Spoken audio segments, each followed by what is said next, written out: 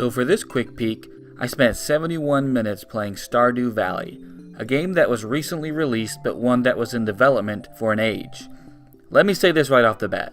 Despite my limited time with the game, I can already say that this beast is dangerous. I don't mean in a stressful, thumb-cramping, head-spinning kind of way, but more like something that will utterly devour any free time you have. You start the game as a young man or woman whose grandfather has passed away.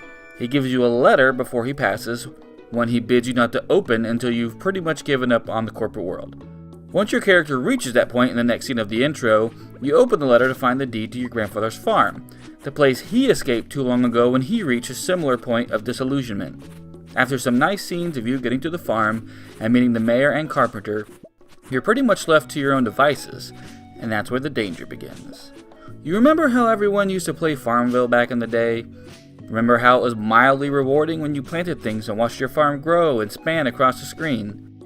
Now imagine a much less shitty, more versatile, and more engaging version of that game, and you can start to get a sense for why Stardew Valley is so addictive.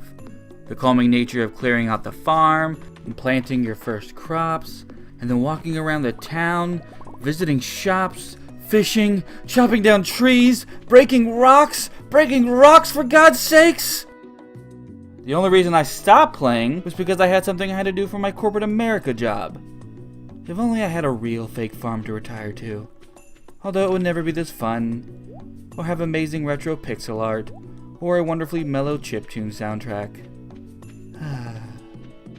I am honestly excited about getting back to my farm and cultivating more of it. I've grown some parsnips, built a fence around the seedlings, made some chests to store stuff, and gained a level to my tree felling skill.